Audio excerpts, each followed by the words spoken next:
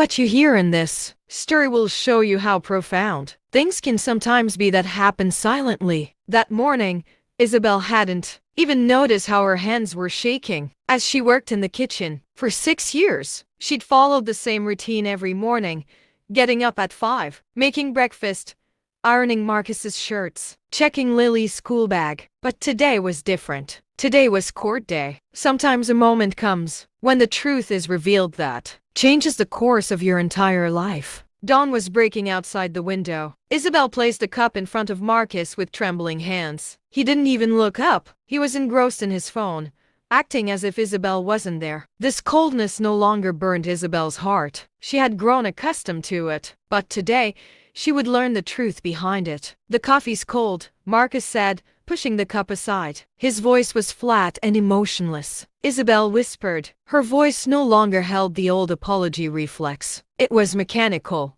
robotic. Marcus didn't answer. He simply stood, grabbed his jacket, and headed for the door. "I'll see you in court," he said without looking back. The door slammed shut. Isabel stood there, alone in the empty kitchen. That was the epitome of 6 years of marriage. Cold coffee, unanswered apologies, and a man who left without a backward glance. Lily looked like an angel in her pink dress as she came down the stairs. "Good morning, Mom," she said, throwing her arms around Isabel's neck. "Good morning, sweetheart." Isabel kissed her daughter's hair. This moment was worth everything. She would fight for Lily, for everything. Lily asked as she sat down at the breakfast table. "Mommy's going somewhere important today, baby." "You're staying at Auntie Rachel's." Isabel tried to smile, but the worry in her eyes couldn't be hidden. "Is Daddy coming too?" Lily's innocent question struck Isabel in the heart. "Yes, your father will be there too." The courthouse was gray and cold. Isabel's legs were shaking when she entered. Her lawyer, Harrison, was waiting for her. He was an old man with tired eyes but a gentleman. He wasn't an expensive lawyer, but he was Isabel's only option. Marcus had already transferred all the money to other accounts. A life that everyone thinks they know actually begins with a secret that no one notices. "Are you ready, Mrs. Isabel?" Harrison asked. "I don't know," Isabel said honestly, "but I have no choice." Isabel gasped when the parlor doors opened. There stood Marcus, sitting confidently in his shiny suit. Beside him was his lawyer, Sterling. His sharp features and cold eyes made him look like a hunter. But it was someone else who caught Isabel's attention. A woman sitting in the back row of the room. Her long black hair, a professional suit, and impeccable posture were staring at Marcus. There was something in her eyes, a sincerity, a connection. Isabel whispered to Harrison,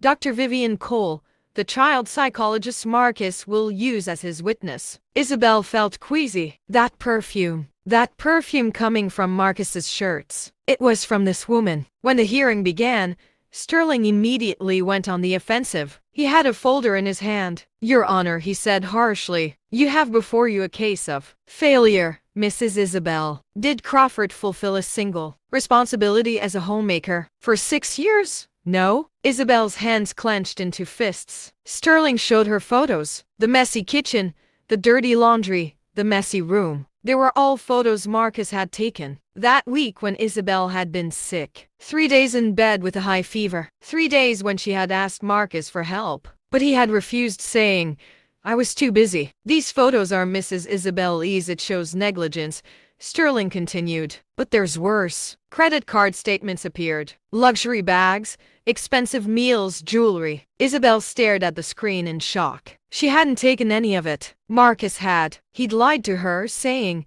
"You're maxed out. Let me use your card." Mrs. Isabel has been a complete failure as a mother and wife. Sterling delivered the final blow. And I'm not the only one saying this. An expert confirms it. Dr. Vivian Cole was called to the witness stand. Confidence oozed from her every step as she walked. She swore the oath and sat down. Her eyes scanned Isabel. There was no pity or empathy in that look, only cold calculation. "Dr. Cole," Sterling said, "you observed Mrs. Isabel, did you?" "Yes. I observed it in its natural environment for 3 months. In the park, in the shopping mall, in front of the school." "And your findings?" "Mrs. Isabel is an emotionally unstable mother. She yells at her child, neglects her, and projects her own emotional problems onto her daughter. It is essential for Lily's healthy development that she stay with her father, Marcus." Isabel jumped to her feet. Lies! She shouted. It's all lies. The judge banged the gavel. Sit down, Mrs. Isabel. Harrison tried to get her to sit down. Calm down.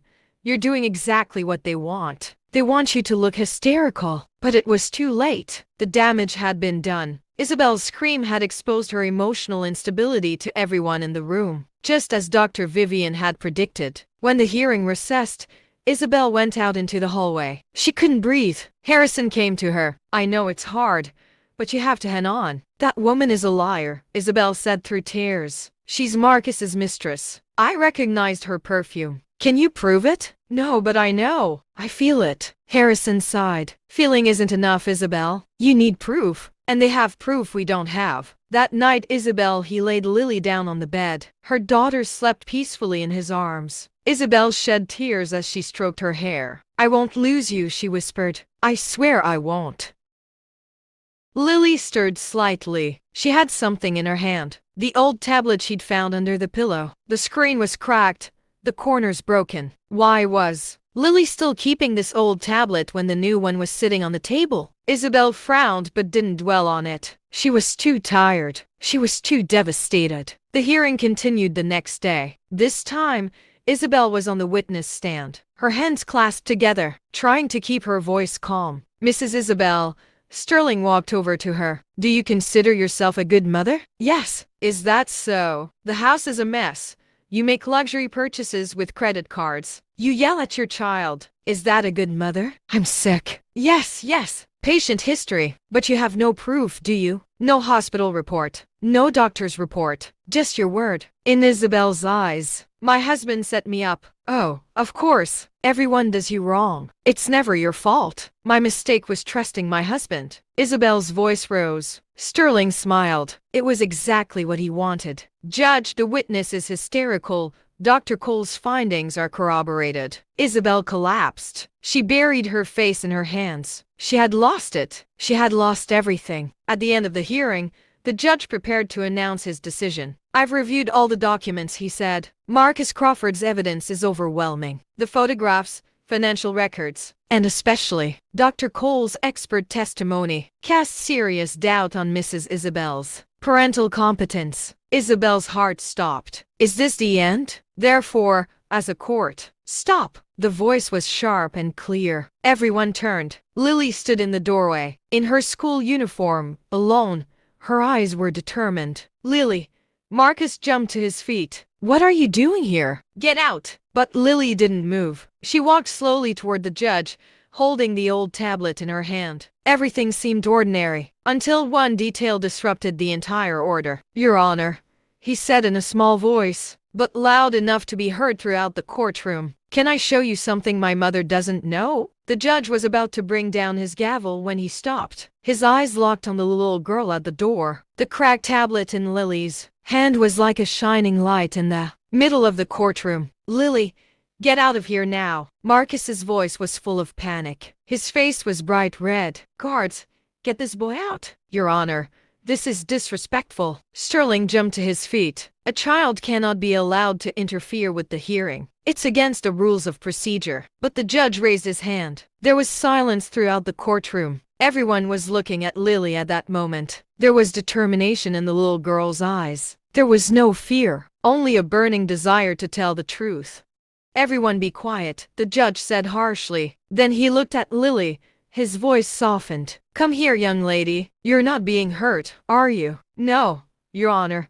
Lily continued walking. Aunt Rachel brought me, but I went in myself. I heard my father saying bad things to my mother. Isabel gasped. Her daughter was here. In the courtroom, fear and pride squeezed her heart at the same time. Lily, my love, she whispered. Marcus's attorney, Sterling, stepped in again. Your Honor, this is unacceptable. The child may be under psychological pressure. His mother's promptings. Enough talk, Attorney Sterling. The judge interrupted. Now we'll hear what this kid has to say. Officer, please connect that tablet to the screen. An officer hurried over to Lily. The child held out the tablet. This video, Lily said, her voice broken but determined. My mom doesn't know. My dad doesn't know either. Only I know. Marcus's face went pale. He stood up, then sat down again. His hands clasped the table. Sweat dripped from his forehead. Behind him sat Dr. Vivian Cole. Suddenly felt uneasy too. He clutched his bag as if preparing to flee. The officer connected the tablet to the large screen. The video started. At first, there was just a black screen. Then the image came into focus. The angle was low, as if it had been shot from behind. The audio was slightly distorted, but everything was understandable. The screen showed a living room. Isabel held her breath. This was their own house. The big armchair, the planter by the fireplace, Marcus's liquor cabinet. It was all there. Then two people entered the frame, Marcus and Dr. Vivian Cole. But this Dr. Vivian wasn't the professional, cool woman from the courtroom. Her hair was messy. She was dressed casually. Marcus hugged her from behind and kissed her neck. Someone in the room whispered, "Oh my God." Another gasped. Isabel stared at the screen, her chest heaving. So it was true. It was all true. Sterling was shocked. He turned to his client. "What's going on?" he whispered angrily. "You didn't tell me about this." Marcus didn't answer. He just stared at the screen. His face was stony. In the video, Marcus and Vivian sat on the couch. Vivian, she sat on Marcus's lap. The two of them were laughing. "Are you sure your plan will work?" Vivian's voice echoed from the screen. "Of course. My wife is stupid. She wouldn't suspect a thing." Marcus's voice was laughing. Isabel's chest tightened. "He's stupid." Is that how he saw her? As events unfolded, it felt like a much deeper truth than anyone had anticipated would emerge. "I transferred all the money to your account, baby." Marcus continued in the video. "I'll get custody of Lily tomorrow after court is over. Then we'll sell this damn house and go to Switzerland, away from her." "What if Lily is attached to her mother?" Vivian asked. Marcus shrugged. "Kids are easy. Give them a new tablet, and they'll forget about their mother. You'll be their new mother. Smarter, more successful, a much better mother." Groans of disgust rose up in the room. Someone growled, "Monster!" But the video wasn't finished. "What about my psychologist testimony?" Vivian asked. "What if Isabel's lawyer attacks me?" "Don't worry," Marcus laughed. "I already recorded her crying last week. I'll provoke her again in court. I'll insult her. She'll throw a tantrum too. She'll scream in front of the judge. Your testimony will look perfect. We'll see her as a deranged, crazy woman." Isabel's face. The photo taken that night. It was all planned.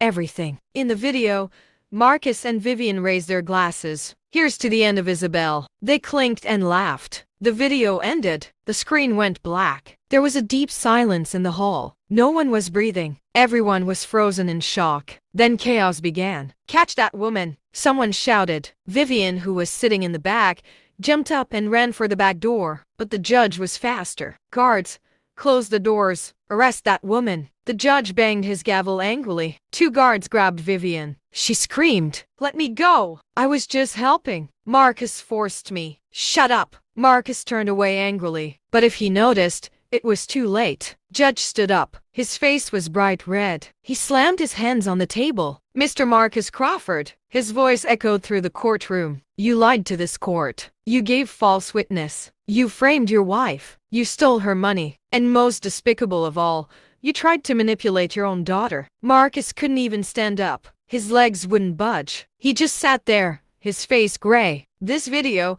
the judge continued, "is your confession. Conspiracy, perjury, financial theft, perverting the court. Each one a separate crime." Judge Sterling. Attorney Sterling. "Were you aware of this conspiracy?" Sterling was trembling. I relied solely on the documents my client provided, Your Honor." "But you provoked Mrs. Isabel. You provoked her into an emotional outburst. You supported perjury. The Bar Association will punish you." Sterling collapsed. The judge now turned to Isabel. His voice had softened. "Mrs. Isabel, this court has done you a terrible injustice. I apologize." Isabel was sobbing. She couldn't speak. She just nodded. "This court," the judge raised the gavel. "Marcus, he completely denies Crawford's divorce case." The gavel was hit. "Lily Crawford's mother, Mrs. Isabel, has sole custody." The gavel was struck again. "I give Mrs. Isabel permission to file a counterclaim immediately. Mrs. Isabel, do you wish to divorce your husband?" Isabel stood up. She looked at Marcus through her tears. He sat with his head bowed. "Yes," Isabel said. Her voice was strong, no longer trembling. "I want a divorce." Granted. The gavel banged a third time. Divorce is granted to Mrs. Isabel.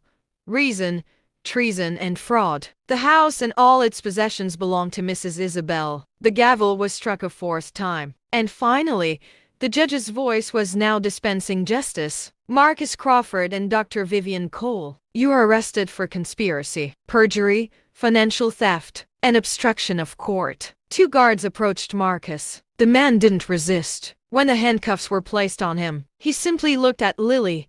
There was no longer any love in his daughter's eyes, only disappointment. Take them away, said the judge coldly. Isabel sat there as Marcus and Vivian were led out of the courtroom, still in disbelief. He had won Lily. Lily ran to her mother and hugged her. Isabel hugged her daughter tightly. Thank you, baby, she whispered. You saved me. I love you, Mom.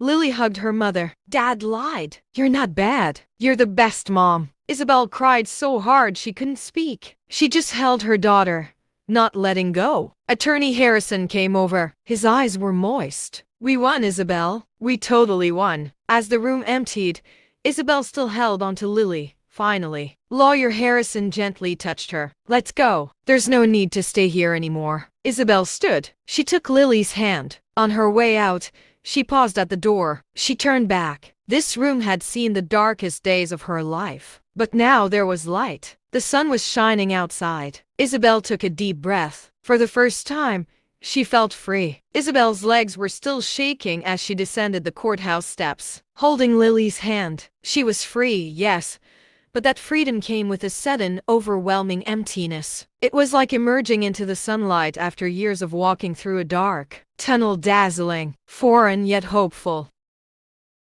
There were a few members of the press outside the door, but Harrison expertly blocked them off. Leave them alone for now, he said firmly. This is a mother-daughter day. Isabel ducked her head and hurried away. Even the curious glances of others bothered her. She pressed her hand tighter against Lily's little fingers. That little hand was the only thing keeping her going today. When they got in the car, Isabel touched a steering wheel and her breath caught. For the first time in years, as she sank into the seat, her heart pounded in her throat, not her chest. Marcus's shouts, his slamming of the door, his throwing of the keys, her memory came flooding back. Mother? Lily's little voice dispersed these ghosts. I'm here, honey, she said, taking a deep breath. Let's go home. That evening, when they entered the house, it was no longer the same house to Isabel. The walls were still the same, the furniture was still there, but it was as if a fog had lifted from it all, revealing a stark reality. It was the first time that Marcus had been gone, that Vivian had been erased from their lives. Isabel closed the door. Lily took off her shoes and ran straight to her room. Time, which had seemed to stop for a moment, began to flow again with the child's steps. Isabel turned her head toward the living room, swaying slightly. She sat down on the couch and clasped her hands on her knees. Her defenses had vanished. For years, she had had to be strong. Now, for the first time, she had found a safe space to release her emotions. She wept silently. As she closed her tired eyes, she heard Lily's footsteps. The little girl came to her mother and sat on her lap. Are you crying, Mom? A little, said Isabel, wiping her tears. But it's not a bad kind of crying. Sometimes joy makes you cry too. Lily leaned against her mother's chest. It's a good day, isn't it? Yes, said Isabel. Today is a good day. The next morning, as Isabel walked around the house, everything felt strange. Her hands trembled occasionally as she tidied the kitchen, and she sweated even as she lifted a glass. The shadow of Marcus's anger still lingered in the corners of her mind. Lily stuck her head out from the kitchen. Is breakfast ready? Almost ready, Isabel said, trying to smile. I made pancakes today. Is today a special day? Isabel paused for a moment. Yes. We will be running our own lives from now on. As they sat at the breakfast table, Lily hesitated before speaking. Mom, can we go to the park today? We haven't been in a long time. Isabel's face softened. Let's go, honey. You can swing all you want. Lily jumped for joy. In that moment, Isabel realized that the darkness within her had overshadowed not only her but also her daughter for years. Lily's happiness had always been limited, always hesitant. Now, for the first time, that little girl was laughing freely. When they arrived at the park, Isabel sat on a bench and watched Lily.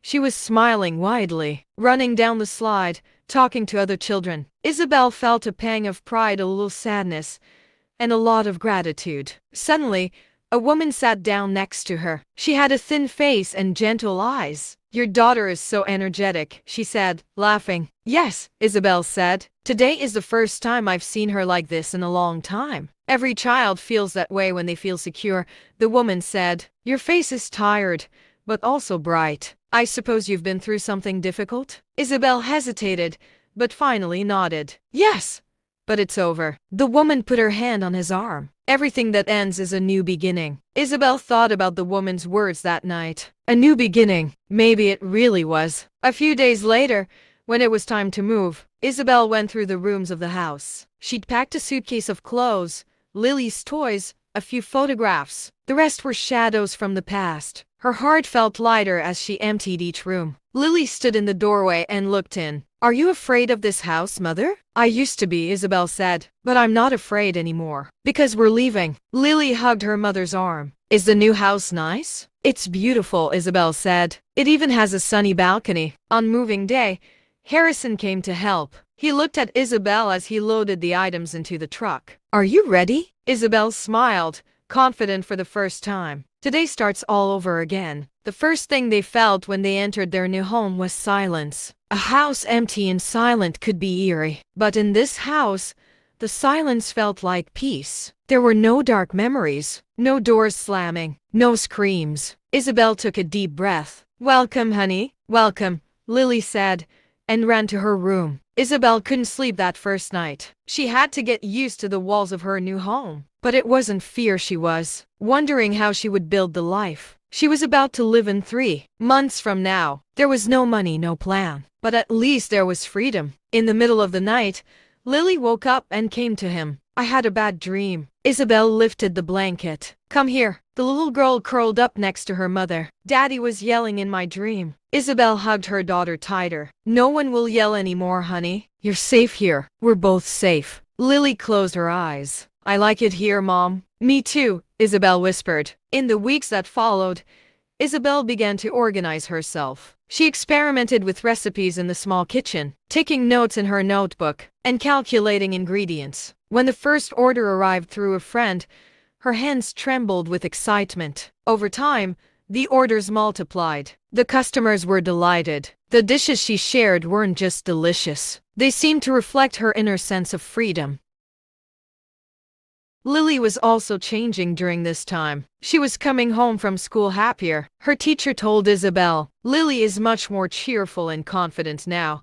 One evening, Lily showed her mother a picture, 2 figures holding hands walking in the sun. "Me and my mom," it said. Isabel hung the picture on the wall. "This is the picture of our new life," she said. And time continued to move forward, like a doctor slowly healing the pain. There were confrontations, nightmares, difficult nights. But each morning the sun rose brighter. When Isabel finally looked in the mirror, she realized the lines on her face were not the result of fear, but the gift of struggle. He wasn't just surviving anymore. He was truly alive. "Mother," Lily looked up. "Are you happy now?" Isabel leaned over and kissed her daughter's forehead. "Yes, baby, I'm happy now." 3 months later, Isabel was making cookies in the kitchen, but this time it was different. This wasn't Marcus's house. This was her house. A small, warm, sunny apartment. 2 bedrooms, a small balcony, and most importantly, no memories of sadness. Lily was drawing with colored pencils in the living room. The sunlight caught her hair. She was smiling. She was no longer the nervous, anxious child. She was much happier than before. Lily called, "5 minutes, baby."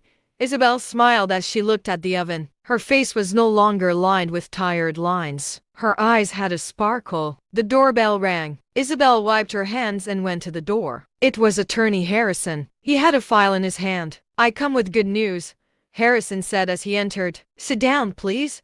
Isabel made tea. Lily ran to Harrison and hugged him when she saw him. Uncle Harrison. Lily loved him so much, because he fought for his mother. Harrison sat down and opened the file. "Okay, Isabel, All legal processes have been completed. Your share of Marcus's assets has been fully transferred to your account. The total is $840,000. Isabel gasped. Is that it? Marcus says the money he transferred to Vivian has been recovered. The proceeds from the sale of the house are yours. The court also ordered Marcus to pay additional compensation, emotional distress, moral damages, and legal fees. What happened, Marcus? Isabel asked. She held no grudges. She was simply curious. He got 12 years in prison. Fraud, perjury, financial crimes. He didn't appeal because after the video, he had no chance. What about Vivian? 8 years. His psychologist's license has been permanently revoked. He will never be able to practice again.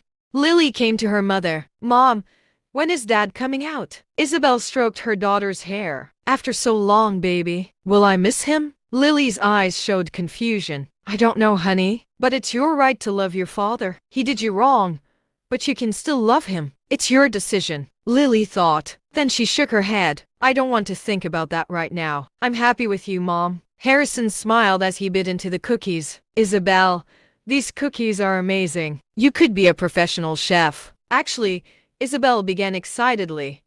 I've started a catering business. I take orders from home. Birthdays, weddings, meetings. The clientele is growing. That's great. Harrison applauded. I see you're standing. I'm not just standing, Isabel said, her eyes shining. I'm alive. For the first time, I'm truly alive. Isabel hugged Harrison as he left. Thank you. If it weren't for you. No, Isabel.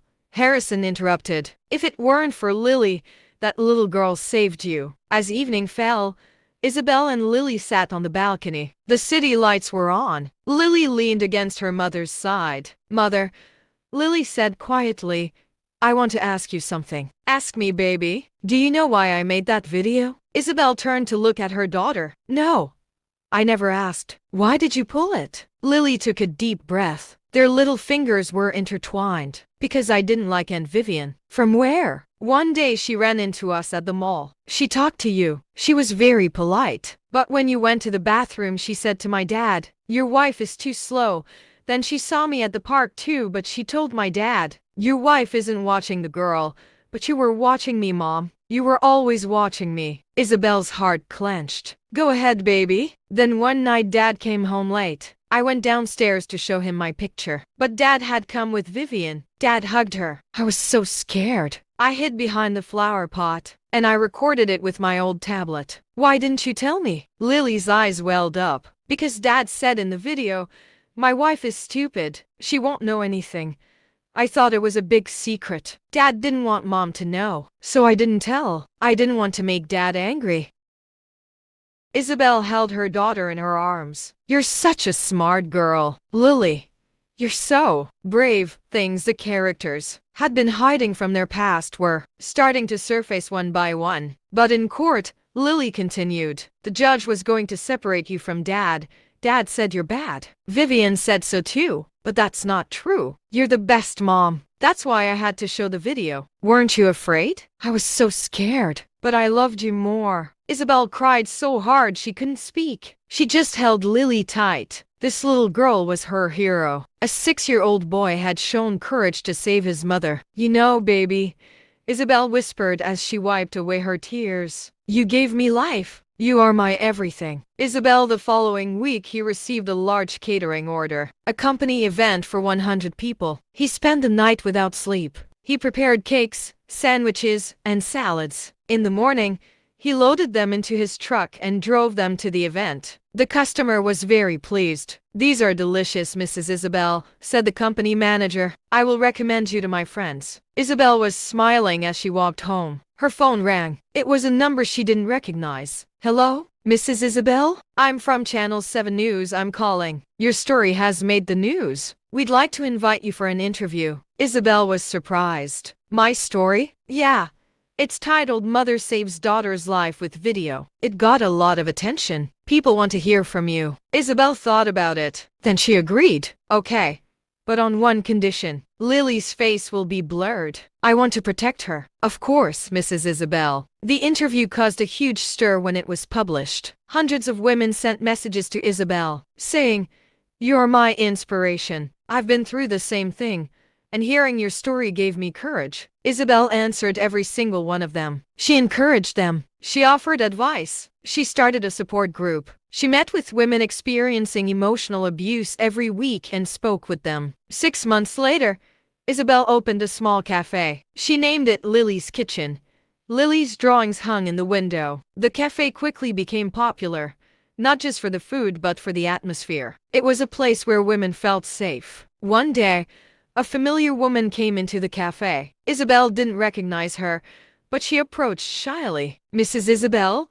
I was one of the jurors at the trial. Isabel remembered. Oh yes. Sit down, please. The woman sat up. Her eyes were filled with tears. I wanted to thank you. To me? Why? Because after seeing your story, I got the courage to do the same. I was in a bad marriage too, but I could see there was a way out. You did it. I can do it too. Isabel took the woman's hand. You can do it, and you will. You're not alone. That evening, Isabel and Lily took a walk in the park. Lily was 7 now. She looked taller, more mature, but she still held her mother's hand. Mother, said Lily, I know what I want to be when I grow up. What will you be? I'm going to be a lawyer, like Uncle Harrison, so I can protect mothers and children. Isabel paused. She leaned over and looked at her daughter. You're already a hero, baby. But yeah, you'd make a great lawyer. And you? Me? Isabel smiled. I'm a happy mother. I don't have to be anything else. On their way home, Isabel looked up at the sky. The stars were shining brightly. A year ago, under the sky, she had even considered suicide. She had believed it was the only way to escape Marcus's tyranny. But he was wrong. There was salvation. There was hope. And that hope was hidden in a child's broken tablet. I love you, Lily, Isabel said. I love you too, Mom, Lily smiled. Forever. Isabel, 2 years later, she expanded her cafe. She opened a second location. She now had 15 employees, most of them single mothers. Isabel not only gave them jobs but also legal support. Marcus wrote a letter from prison. It was his first time apologizing. I know it's impossible for you to forgive me, but will you give Lily a chance as a father? Isabel showed the letter to Lily. It's your decision, baby. Lily thought for a long time. Then she nodded. Maybe when I'm older, but not now. Right now, I just want to be with you. Isabel tore up the letter. The impact of a decision had begun to spread farther than anyone had anticipated. On the 3rd anniversary of the court hearing, Isabel gave a lecture titled, Recovering from Abuse, A Mother and Daughter's Story. 300 women were in the room. They were all listening. I'm not a victim, Isabel said into the microphone. I'm a survivor. And so are you. Applause broke out. Manipulation is real. Emotional abuse is real. And sometimes the person closest to us is our enemy. More applause. But you have power inside you. My daughter Lily found it when she was 6. You can find it too. After the speech, dozens of women hugged Isabel. They cried. They thanked her. You are my hero, they said. But Isabel always smiled and answered, No, my daughter Lily is my hero. She saved me. Find your Lily too. That brave voice inside you.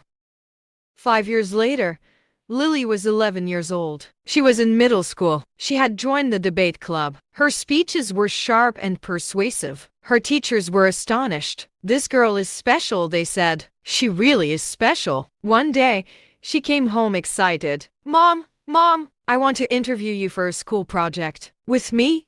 Why? Because you are a hero. Inspiring People Project. So I chose you. Isabel hugged her daughter, her eyes filled with tears. Being your inspiration means everything to me, baby. During the interview, Lily asked, Mom, do you remember those days? The court days? Yes, Isabel answered honestly. I remember every day. Do you ever regret it? From where? From marrying my father, Isabel thought. Then she smiled. No, because that marriage gave me you. And you're the only thing I want in the world. Lily hugged her mother. When I grow up, I want to be strong like you. You're already strong, baby. What you did when you were 6 proves it. When the project was presented, Lily told her mother's story in the courtroom. Behind her on the screen was a photo of Lily from that court day. She held a tablet.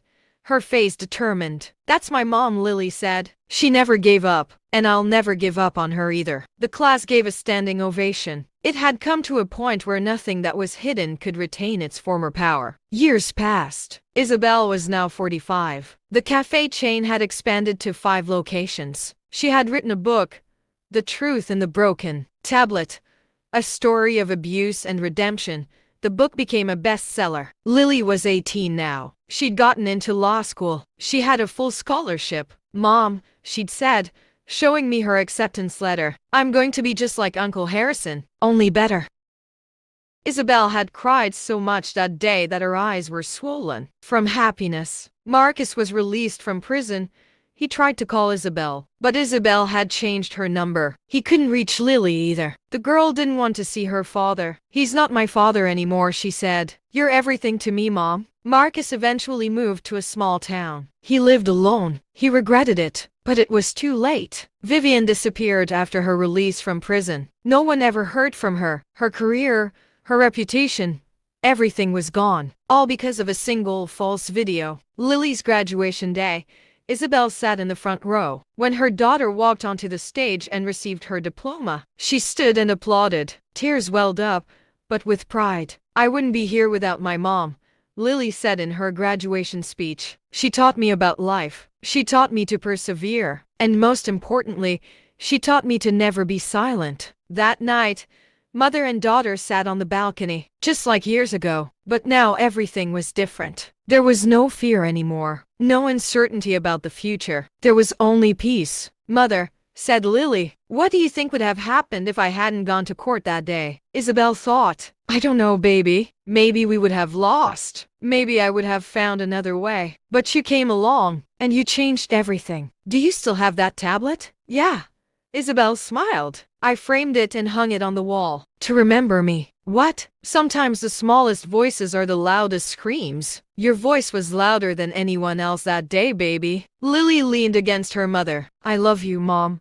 I always will." "I love you too, Lily. Forever." The two women looked up at the sky. The stars were shining. The past was behind them. The future was bright. And it's all thanks to the courage of one child, through the truth inside a broken tablet, and thanks to the love of a mother who never gives up. In the end, everyone saw clearly how the decisions they made had changed their lives. Even though the story ends here, it seems like the mark left by what happened will not be erased for a long time. My dear viewers, some stories have a bitter ending.